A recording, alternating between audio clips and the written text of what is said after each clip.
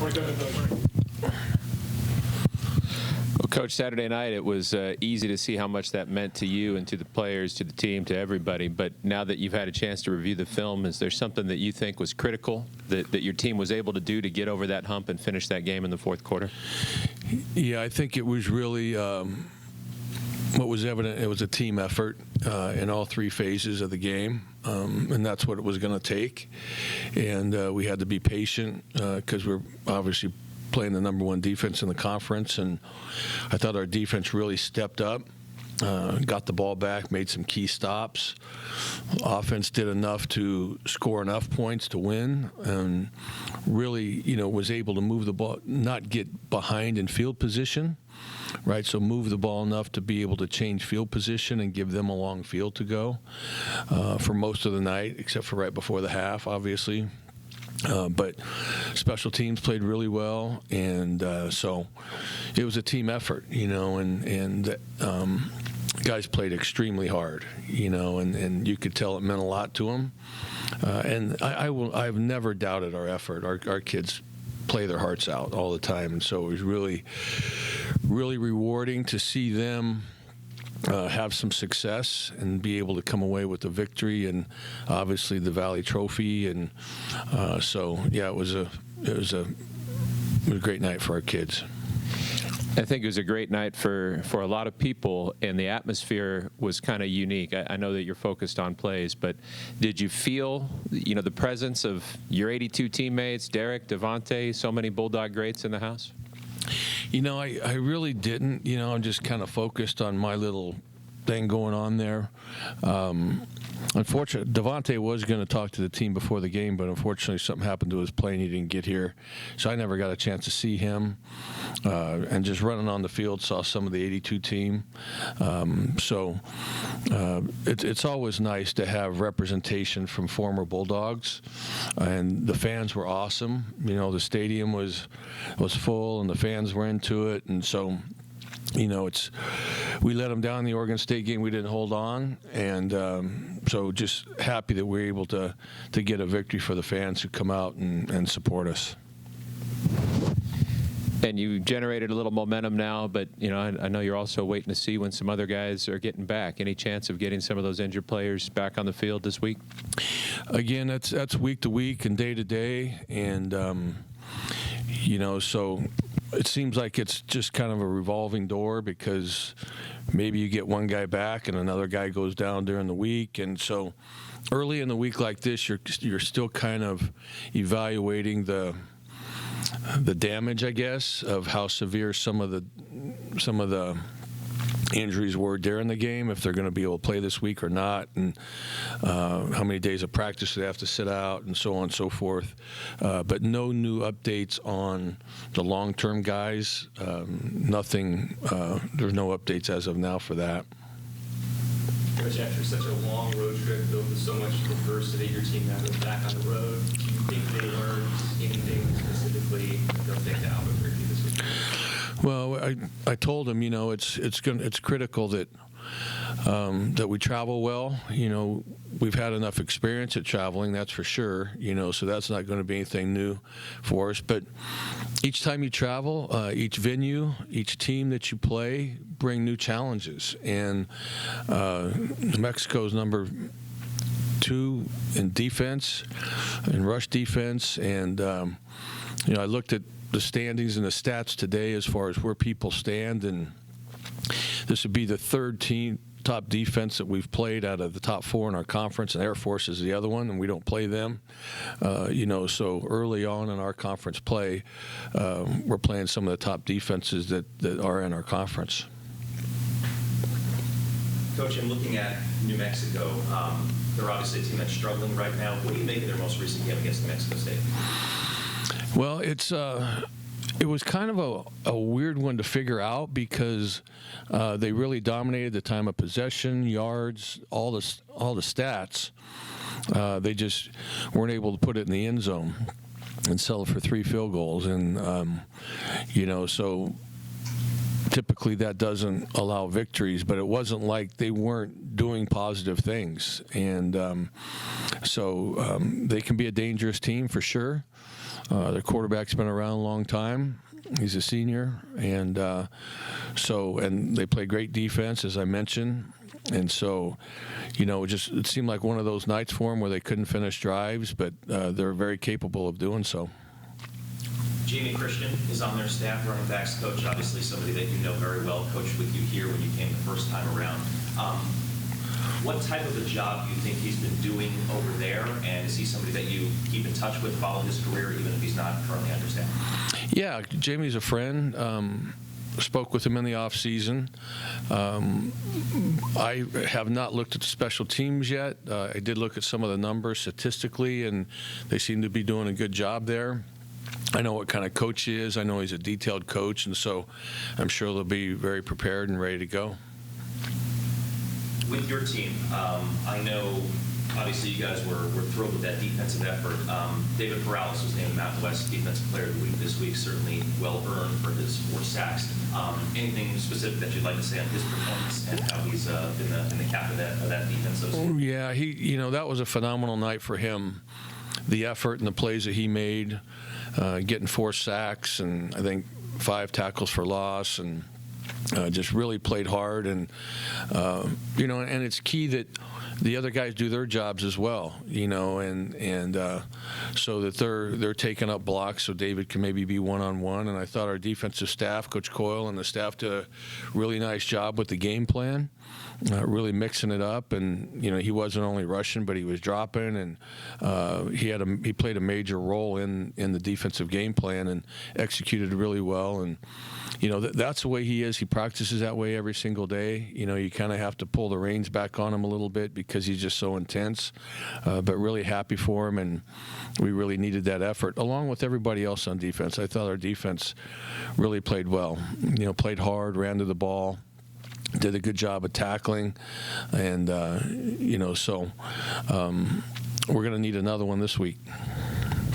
On offense, you had said at this time last week that you thought Logan would play better at home after the struggles on the road.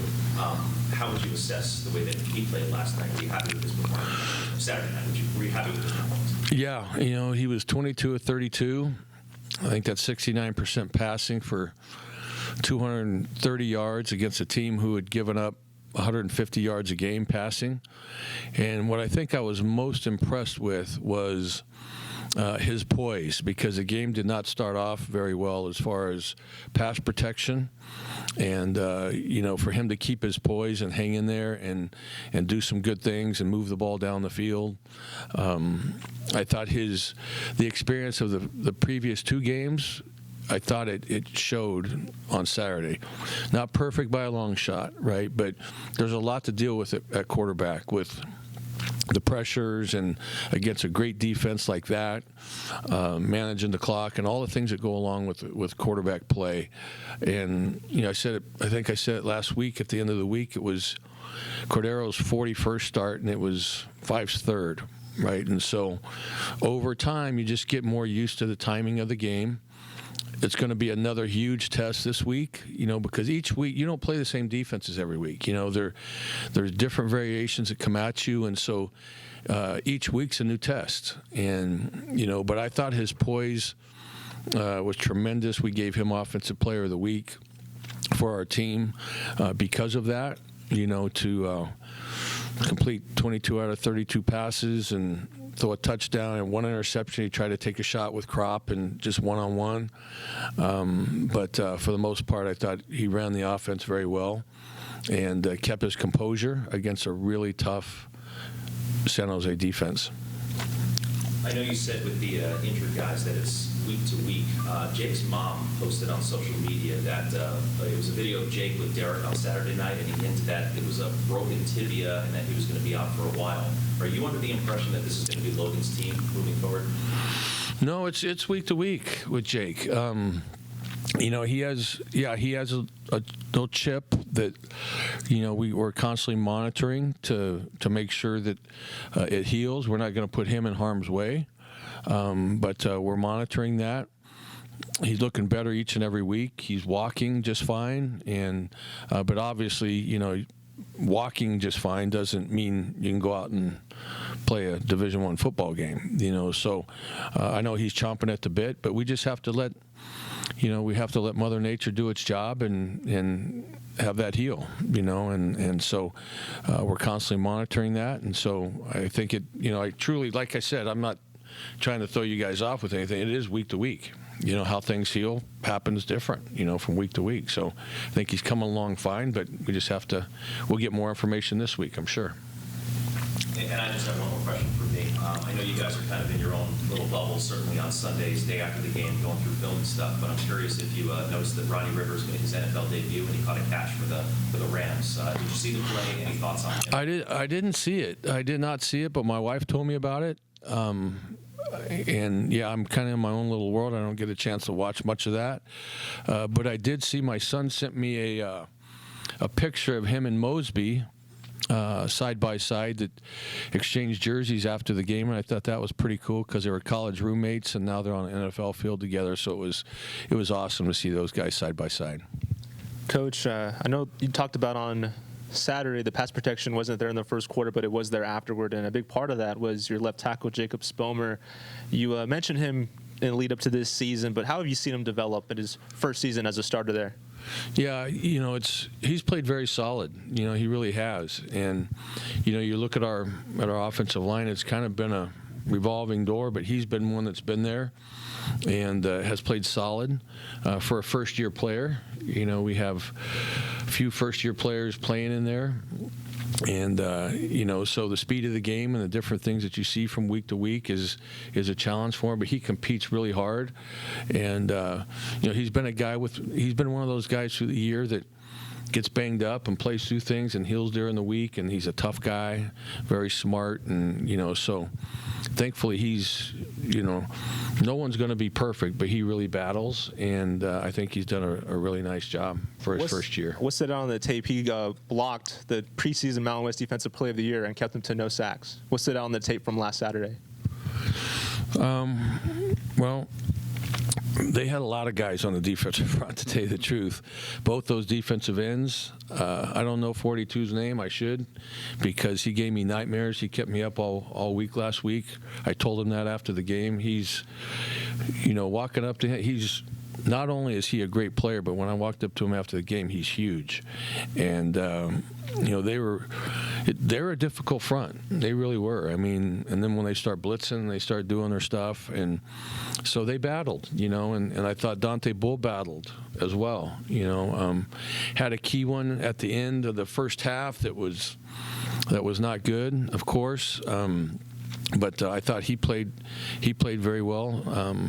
For a guy who's been banged up and gets limited practice time. So, but no, I think Spomer's done an excellent job for his first year. Coach, at the beginning of the year, you mentioned Justin Houston would be out for half the season. Does that mean he's eligible this week? Yeah, Justin Houston's up and going, and so we'll see how he fits into the schemes defensively and on special teams. Yeah, he's a very different athlete than Maurice Norris. How do you foresee him fitting into the defense? Yeah, we'll have to see what package. We play a lot of different packages, and Maurice has done a good job. I think Maurice is another guy. It's his first year of playing, really, and each week I think his football intelligence has improved, and what I mean by that is just the feel of the game, of seeing the speed of it and being able to recognize different things. But he played really well last week. He's very fast. He's very physical, and so he does a nice job. But different packages call for different personnel groups. And with watching Justin on the scout team, I mean, he brings some things to the table for sure that I'm sure Coach Coyle and the staff will utilize. New Mexico schematically can be troubling. Just how big of a week is this for Logan to mentally prepare for what he's going to face? Yeah, it is. It's not something you see every week, and not only that, it's hard to simulate it in practice because there's so many moving parts. So it's really hard to simulate it in practice and to get the scout team to do it with the speed that they do it with.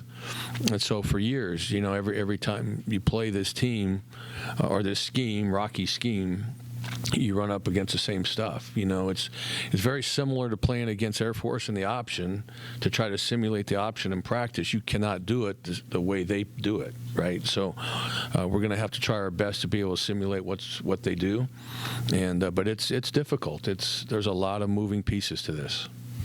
Just logistically, without one of your coaches, are there some challenges this week dealing with that? Yeah, he was kind of in a support role, and so we'll have to make up for that with one of the other guys. Have to do double duty or what have you. And like Terry mentioned, I didn't learn about it till after the game, and very unfortunate incident. Something that he is sick about, really. But I think it's a lesson to anyone in any sport in a press box. It's not a good idea because you don't know if that's glass or plexiglass or whatever it is. Nobody knows, and so it was very unfortunate, and he just feels sick about it, as we all do, right? I mean, it's just like Terry said. We want our fans and our patrons to have the best experience they can, and so we all feel terrible about it, and we just wish the best for them. I don't know the extent, of some of the injuries. I've reached out to both parties, got a chance to talk to one party, and the other I have not, but I've reached out to try to pass on our apologies and to let them know that we're thinking about them. And it's a lesson for anybody, because it could have happened in the visitors box. It could have happened in any one of those boxes, So, but it's unacceptable. We should, you can't do that, and it's a huge lesson to any coach in a press box or I don't care, any event. It's not a good idea to do that, because you never know what can happen. So. It's very unfortunate. We feel bad for those families that they had to go through that experience. Thanks, Coach. Thank you. All right, thank you.